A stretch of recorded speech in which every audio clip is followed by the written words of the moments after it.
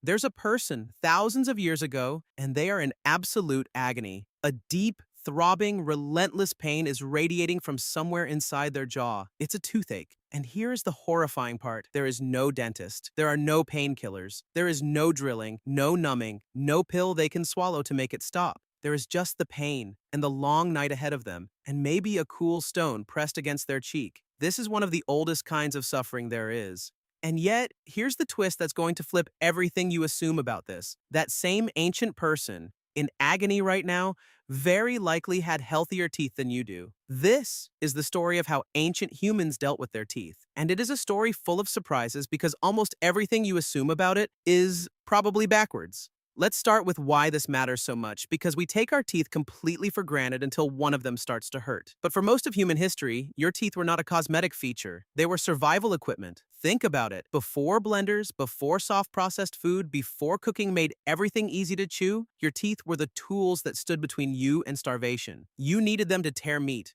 to grind tough plants, to process everything you ate. A person with a full set of strong, working teeth could eat and therefore live. A person who lost their teeth or whose teeth were destroyed by infection faced a genuine threat to their survival. In a very real sense, your teeth were one of the most important tools you owned, and they were tools you could never replace. And there's a bonus reason teeth matter so much, at least to the people who study the past. Teeth are almost indestructible. Enamel, the outer coating of your teeth, is the hardest substance your body produces. It's tougher than bone. So when everything else about an ancient human has decayed and vanished, the teeth often remain, sitting there for tens of thousands of years, perfectly preserved. And those teeth are like a diary.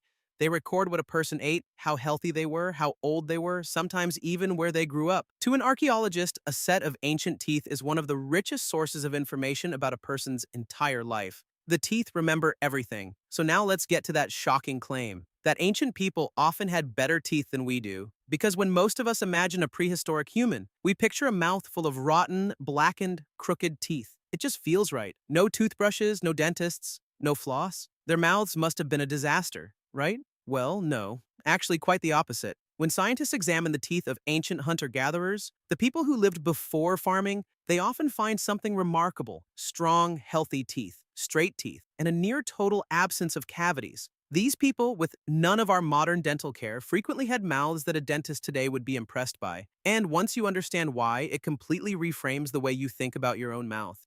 The reason comes down to one thing above all else: their diet. Hunter-gatherers ate meat, fish, nuts, vegetables, and tough, fibrous plants. What they did not eat was sugar, at least not much, and they didn't eat the soft, refined, starchy foods that dominate our diets today. And this matters enormously because cavities are not really caused by not brushing. Cavities are caused by bacteria in your mouth feeding on sugars and refined carbohydrates and producing acid that eats away at your teeth. No sugar, no soft, sticky carbs, and you starve those bacteria. The ancient hunter-gatherer mouth was a terrible environment for the bacteria that caused tooth decay. Their food simply didn't feed the problem.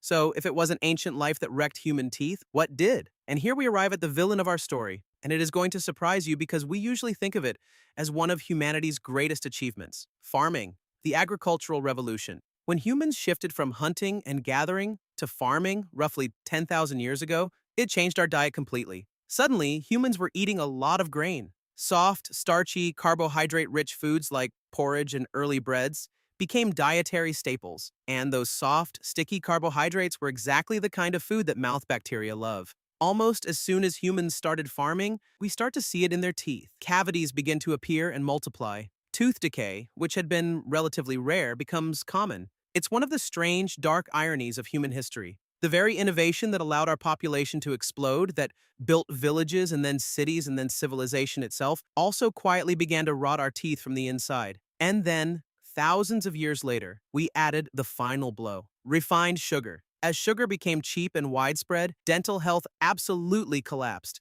If farming cracked the door open for tooth decay, sugar kicked it off its hinges. So the next time you assume that modern people have better teeth than our ancestors, remember this: in many ways, our diet is at war with our mouths, and it has been ever since we planted the first fields. But let's not romanticize the ancient mouth too much, because it was far from perfect. Even with fewer cavities, ancient people faced serious dental problems of their own. The biggest one was wear. Ancient food was rough, really rough. Grains were ground using stone tools, and tiny particles of grit and stone dust ended up mixed into the food. Every single meal was mildly abrasive, like chewing with a fine sandpaper mixed in. Over a lifetime, this wore teeth down dramatically. It was common for older individuals to have teeth ground down almost to flat stumps, and people used their teeth as tools too, for softening hides, gripping materials, working fibers. Teeth were the original multi-tool, and that took a heavy toll.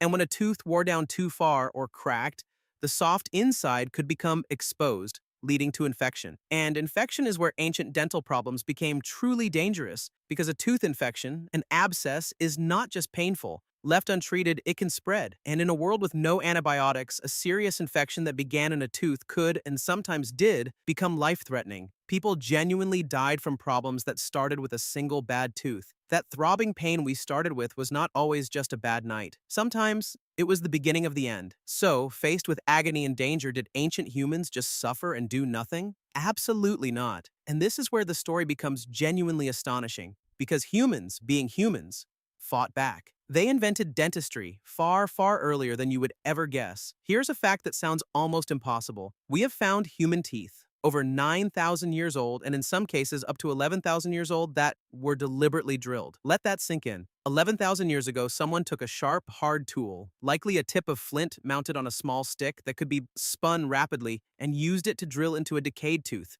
almost certainly to remove the rotten material. This is dentistry, thousands of years before the invention of writing, and they didn't stop at drilling. Archaeologists have found an ancient tooth with a cavity that appears to have been filled with beeswax, an early filling, thousands of years old. There is evidence of teeth being deliberately removed, of dental problems being managed, of humans looking at a diseased tooth and thinking, I can do something about this. Now, I want to be honest about what this must have been like. There was no anesthetic, there was no numbing. The drilling, the extraction, all of it, was done on a fully conscious person, feeling every second of it. The courage or the desperation that this required is almost unimaginable. But it tells you something profound about people. Faced with unbearable pain, humans didn't just endure it, they tried to fix it, even if the fix was itself an ordeal.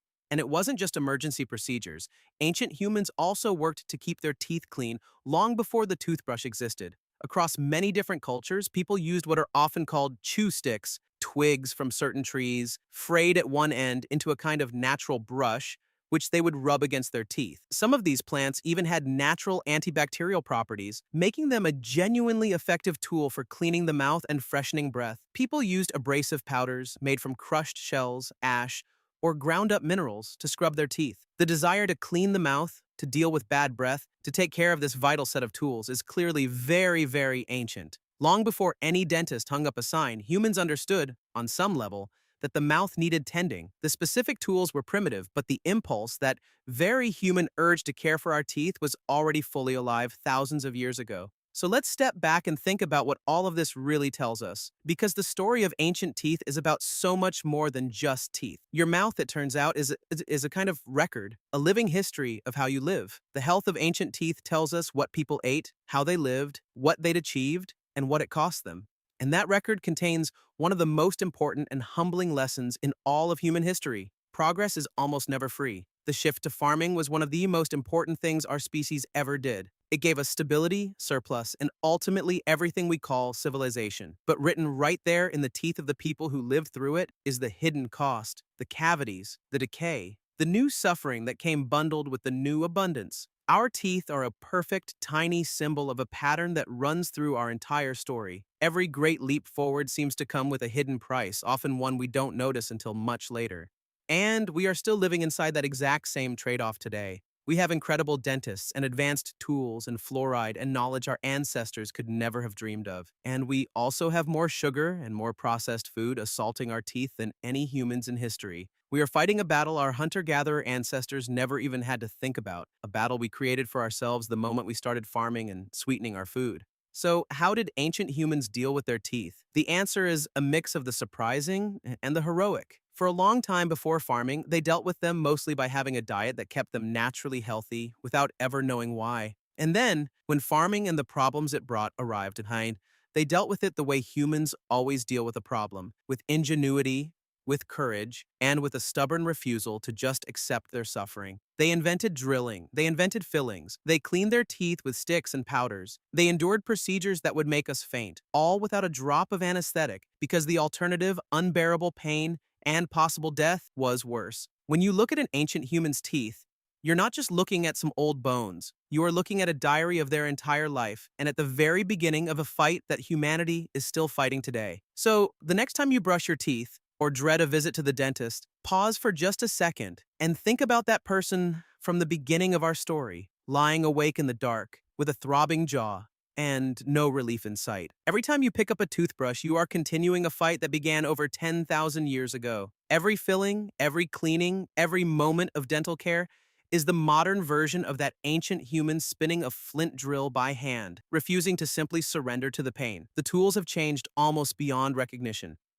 But the enemy, decay, infection, the slow betrayal of our own mouths, is exactly the same one our ancestors faced. And the impulse to fight it, to fix it, to care for these irreplaceable tools in our heads is one of the oldest and most stubbornly human things about us. Your dentist is just the latest soldier in a war that is thousands of years old. If you made it this far, you're my kind of person. Hit subscribe, and I'll see you around the next ancient fire. Take care.